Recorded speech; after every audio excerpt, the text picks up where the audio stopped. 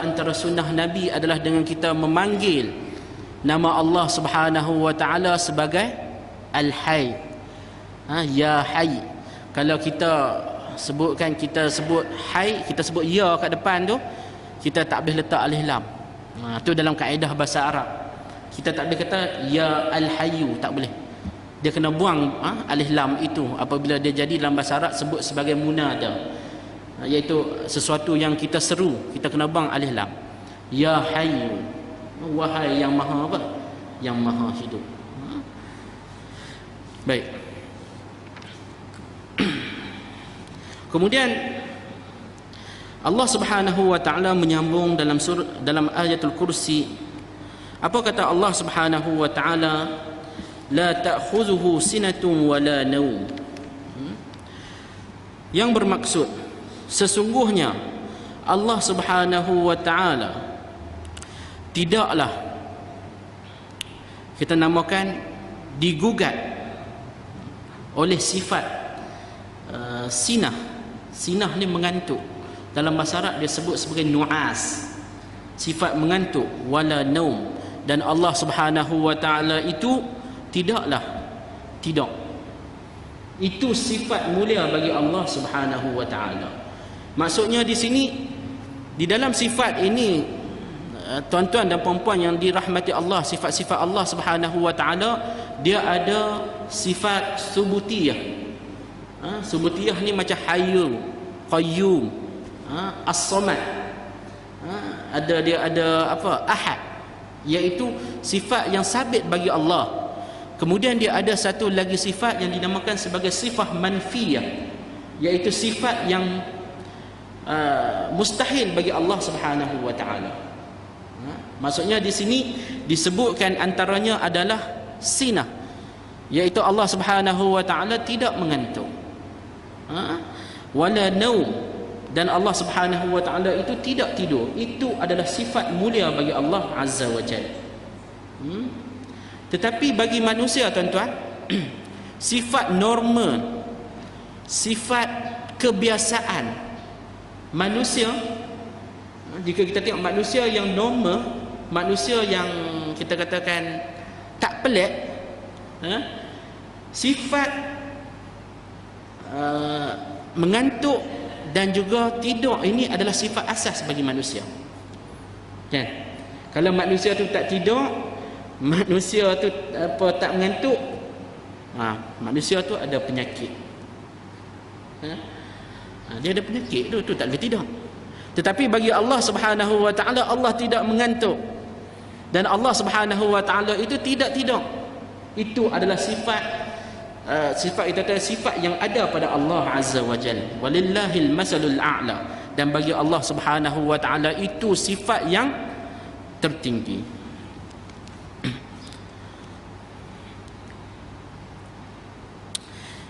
Di dalam hadis Nabi sallallahu alaihi wasallam, Nabi sallallahu alaihi wasallam ada menyebutkan tentang sifat ini, yang mana kata Nabi sallallahu alaihi wasallam dalam hadis riwayat Imam Muslim, innallaha la yanam wa la yanbaghi lahu an yanam.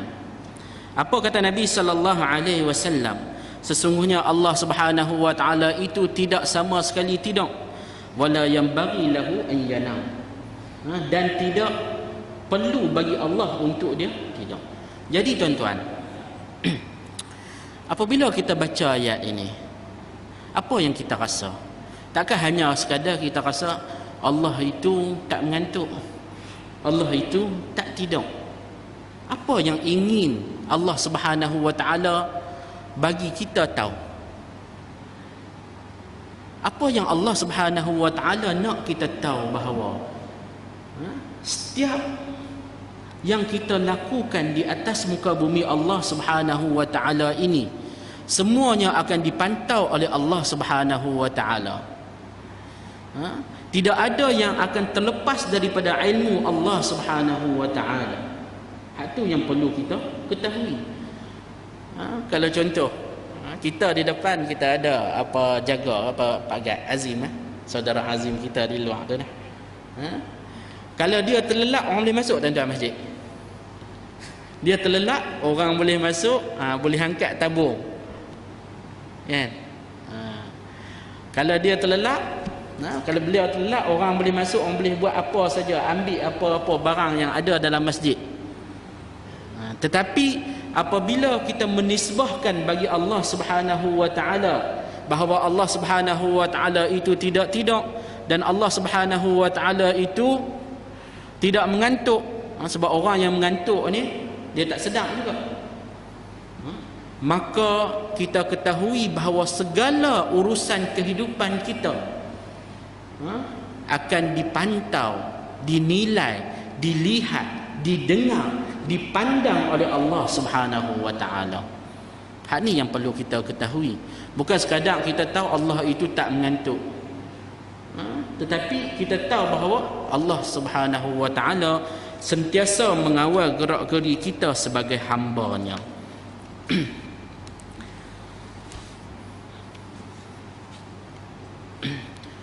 Kemudian kata Allah Subhanahu wa taala, lahu ma fis samawati wa ma fil ard. Apa kata Allah Subhanahu wa taala dalam ayat kursi, dalam ayatul kursi ini? Sesungguhnya apa yang ada di langit dan juga di bumi ini semuanya lahu, adalah kepunyaan Allah Subhanahu wa taala. Tuan-tuan, apa yang kita ada, kekayaan yang kita ada, harta yang kita ada, anak pinak yang kita ada, semua itu daripada Allah Azza wa Jalla.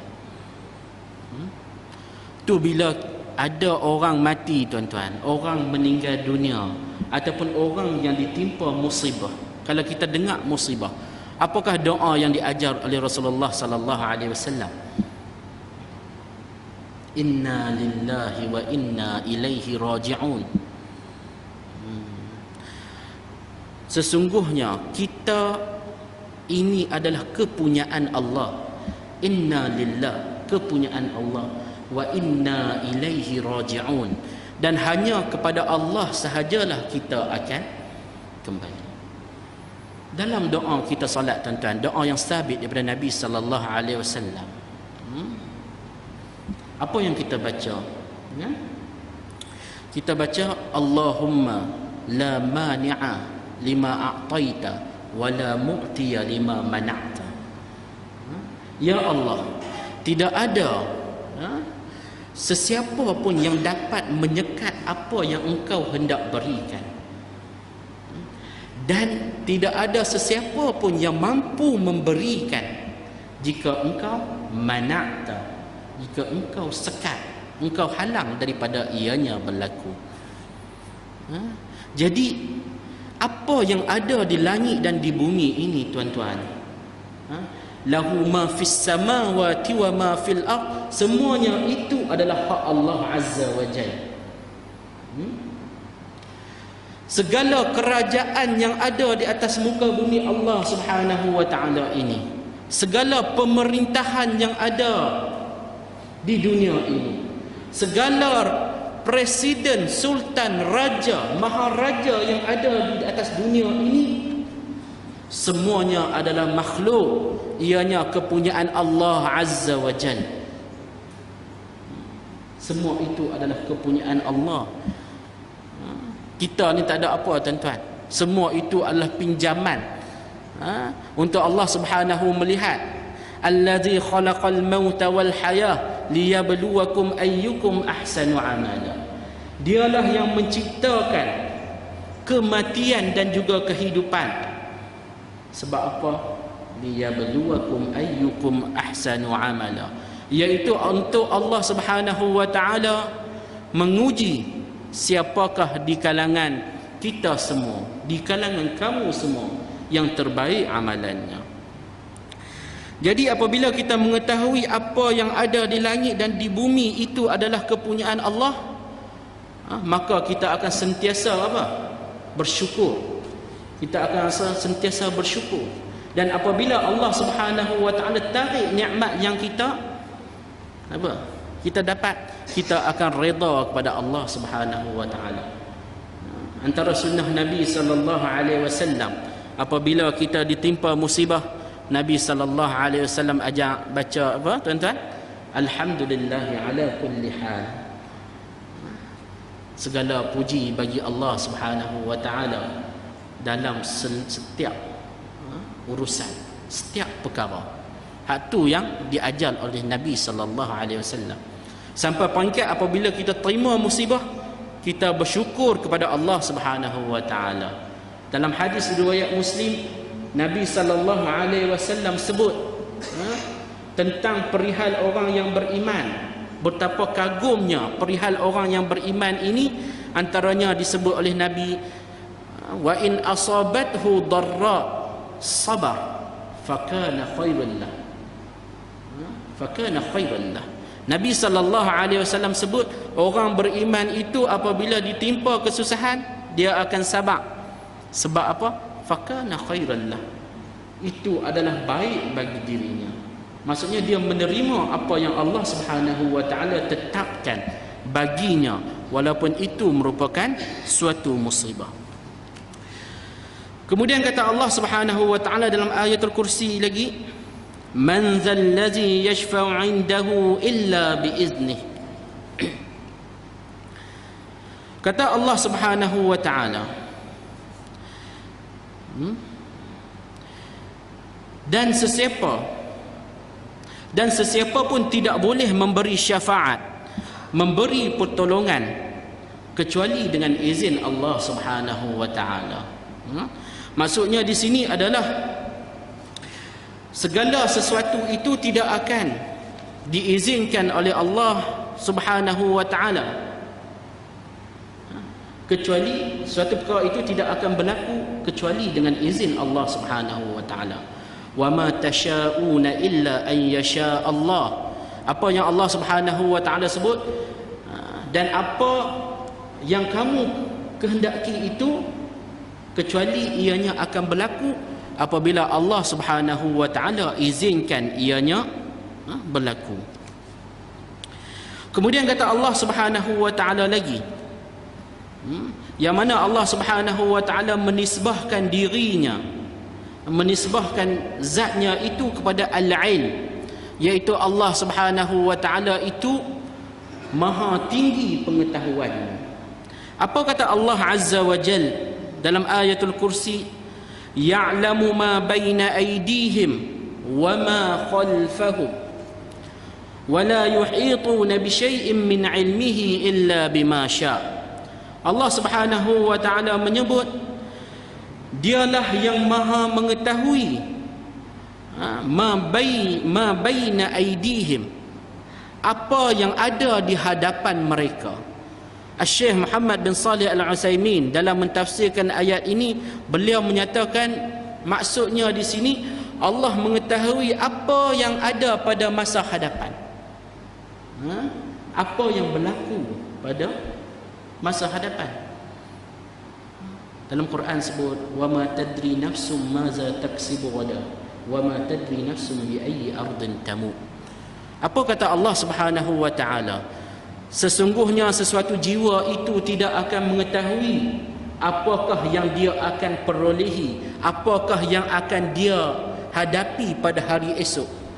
Wa ma tadri nafsum bi ayyi ardin tamut. Dan sesuatu jiwa itu tidak akan mengetahui, seseorang itu tidak akan mengetahui bumi manakah yang dia akan mati. Tuan-tuan, ada orang apa nak mati dekat Malaysia, tetapi mati dekat tempat lain, mati ketika menunaikan umrah. Para sahabat ridwanullah alaihim ajma'in, antaranya Khalid Al-Walid, dia nak mati dalam medan jihad, moga-moga beroleh syahid, tetapi tak dapat. Jadi kita tak tahu di manakah bumi yang kita akan mati, bagaimanakah kita akan mati, dan kita tidak tahu apakah yang akan kita perolehi pada masa hadapan. Cuma yang boleh hanyalah untuk kita berusaha. Kata Nabi sallallahu alaihi wasallam dalam hadis riwayat Muslim, ihris ala ma yanfa'uk carilah apa yang boleh memberi manfaat kepada kamu. Wasta'in billah, mintalah pertolongan kepada Allah. Wala ta'jaz, jangan kamu kecewa. Jadi apabila kita Allah Subhanahu wa taala sebut Allah sahaja yang tahu apa yang berlaku pada masa hadapan, kita tak tahu, janganlah kita jadi seperti golongan Jabariyah. Jabariyah ini adalah menyerah kepada takdir keseluruhannya. Ya, takdir Allah kita tidak ketahui. Oleh sebab demikian, kita hendak berusaha supaya takdir kita pada masa hadapan adalah takdir yang baik. Kalau kita kata tak apalah, tak payah buatlah benda apa-apa kan. Contoh orang tak mau makan ubat. Ni salah satu golongan Jabariyah, tuan-tuan. Ada ciri-ciri dia. Yang mana dia kata tak apalah, tak payah makan ubat. Yang nak menyembuhkan Allah Subhanahu wa taala. Kan? Tu semua takdir Allah. Ada orang kata macam tu. Mana? Kan? Kalau pakcik-pakcik ada kata macam tu, jangan duk buatlah. Tu tak betul dah. Tak betul. Kita kata kat dia balik, tak apalah kalau nak ikut takdir sangat, tak payah makan. Tak payah makan. Kalau nak hidup, Allah bagi hidup. Jangan makan, jangan minum. Tengok, adakah nak hidup? Apa kata Nabi sallallahu alaihi wasallam, tuan-tuan, berkaitan makan ubat ni, tuan-tuan. Ini nasihatlah untuk yang ada penyakit dan sebagainya kan. Kata Nabi, inna likulli da'in dawa, hadis riwayat Muslim juga. Bagi setiap penyakit itu ada ubat. Nabi kata, fa in usiba dawa'ud da' bara'a biiznillah.